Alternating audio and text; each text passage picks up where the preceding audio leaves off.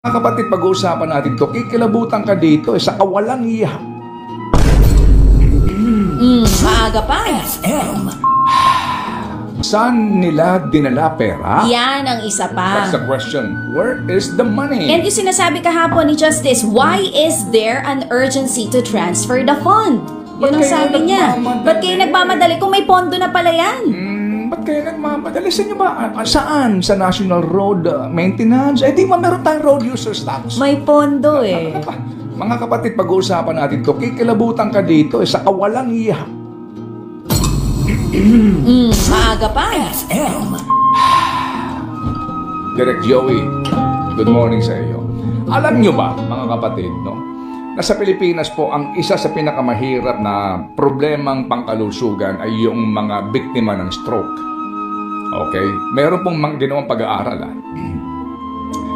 Kung gaano po karaming Pilipino ang namamatay at yung po nahihirapan sa recovery. Heart attack, stroke. Stroke, ischemic, saka hemorrhagic. No? Iyan po pag-uusapan natin kasi lumalabas din ngayon, una, yung kawalan natin ng mga ospital na agad makakaresponde sa mga stroke. Huwag natin pagwalang bahala ito dahil ngayon may mga bata na stroke na. Ay, totoo yan. Di po ba? At yung ating mga nakakapanayam, yung mga magulang po ninyo, tayo ho mismo, hindi mo alam na pwede mangyari sa iyo yan. Ang tanong, kapag may sinugod ka sa ospital, pupuntahan niyo pinakamalapit, meron ba doong pasilidad para ka ma-revive? At kung na-stroke ka na, gaano kahirap sa pamilyang Pilipino ang gastusin dito. At napakaliit na naman po ng PhilHealth subsidy para dyan.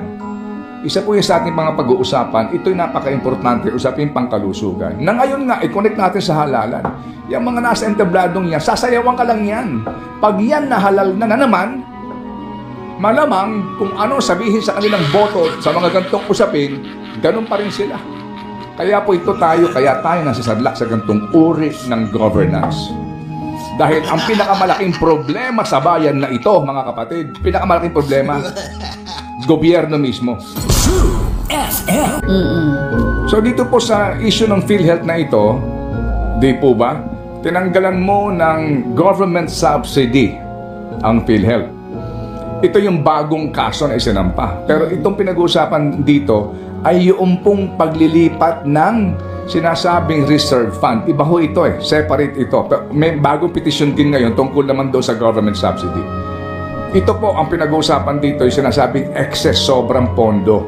Kahapon po Excess na hindi excess. Oo. Kahapon po na klaro na Diba? Kaya din hihingi tayo ng explainer mamaya dito para muli nating ipagdiinan na tayo po'y nabudol doon sa mga sinasabi ng PhilHealth na pinayagan naman ng ilang kongresista sa kanilang pagdinig at nagamit sila sa pagkukondisyon sa isipan ng iba na nag-aawak-awak ang pera ng PhilHealth. Hindi po. Hindi. Lumabas nga po ngayon sa hearing, di ba? Sa oral argument ng PhilHealth po, may negative ang kanila pong pananalapi. Yung pong kanilang mga obligasyon na paparating, wala silang pera para doon. And then, ito nga po maganda kahapon bilang patikim mga kapatid sa naging oral argument na binanggit mo kanina, Chacha. Anong sinasabi po ng isa sa mga maestrado na tayo po'y, kaya pag humarap ka dyan, baby girl, sa ganyang uri ng oral argument, dapat preparado kang haharap kasi yung justice hindi ito para mga kongresista o mga senador na widow lang. Di ba? Na stock knowledge lang ang bit-bit. Preparado po sila. Napakasimple po ng mga ng mga tanong, ng mga paglalatag ni justice, no? Ang sinasabi niya, sandali lang, ano ba ang source ng pondo ng PhilHealth?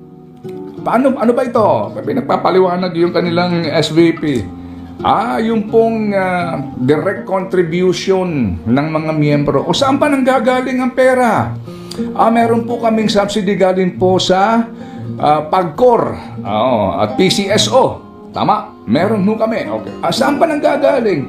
Meron din po kaming pinanggagalingan na pera para po sa sin taxes. Yung sin taxes ba? Paano ba yun? Yung pagbubuwis para saan ito? Nakalagay po yan sa UHC law. Saan pa nang gagaling? Meron din pong government subsidy. Ganon. So kung yan ang pinanggagalingan, para saan yung pera? Para po sa pondo po ng una, yung pong mga indirect members, contributors. Sino to? Direct contributors. PWD, senior citizen, mga indigents, hindi kaya. Yung pala naman. Yung sin taxes, para saan yun? Yun din po ito. So yung bang sin taxes, ano ba yan? Special law ba yan? Oo, special law. Meron siyang special purpose? Oo, special. Anong purpose niya? Para sa PhilHealth. So nakalagay doon, special din ang provision para sa una, pagpapadami ng benepisyo. Pangalawa, para kung kakayanin na, dahil nga may pera ka na, babaan mo ang contribution. Diba? Klaro. Sige. So, kung yan ay special na batas para sa special na adhikain, ba't mo naman gagamitin yan sa ibang bagay? True FM. Kung nanonood ka, nakikinig ka ron, sa cheese, sabi nga ni, yung boboto mo ba yun? Ha? Sa cheese. Elections ba? Checkmate. Mati na eh. Hindi ba? Bulag na eh. Paano ka hihirit doon? Ha?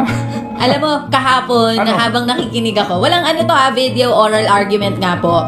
May part dyan, nag-explain si, yung lagi natin kausap dito, Sir Albert Domingo.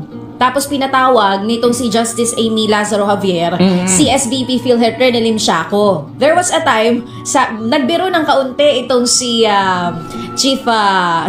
Justice Amy Lazaro Javier. Sinasabi niya, nasaan na? Sino mag-explain itong bagay na to? Meron siyang tinatanong. Sinasabi ni Sir Albert, hindi siya makakapag-explain ka nito, kundi si SVP Renelim Shaco. Huwag ka magtago dyan, nagtatago ka na dyan. Tapos parang nangingiti itong si Justice Amy Lazaro Javier kasi alam niya sa sarili niya na hindi nga siya masagot doon sa kanyang mga katanungan. The money should not be diverted for other purpose. Yan. The law provides for a special purpose and the source of fund is for special purpose. Kaboom! True FM. And the law is self-executing.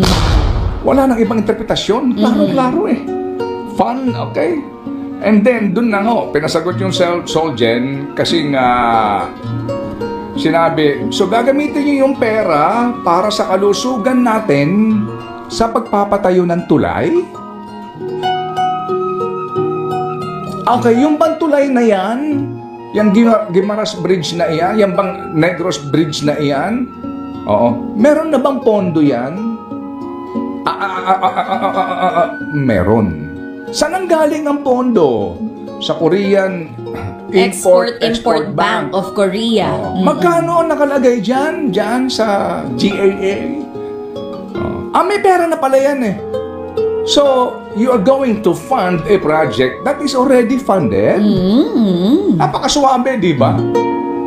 Kikilabutan ka dahil talagang kahapon, mga kapatid, klarong-klaro po, ang malaking pagkakamaling ito, kahit na sino pa sigurong iharap mo dito to defend this case, ay hindi mahihirapan. Ang atin na lang dito yung desisyon ng Supreme Court. Nasabihan sila, nagkamali kayo dito, balik nyo yung pera ng PhilHealth. Isa pa lang issue yan. Alas 6:32 na. True FM.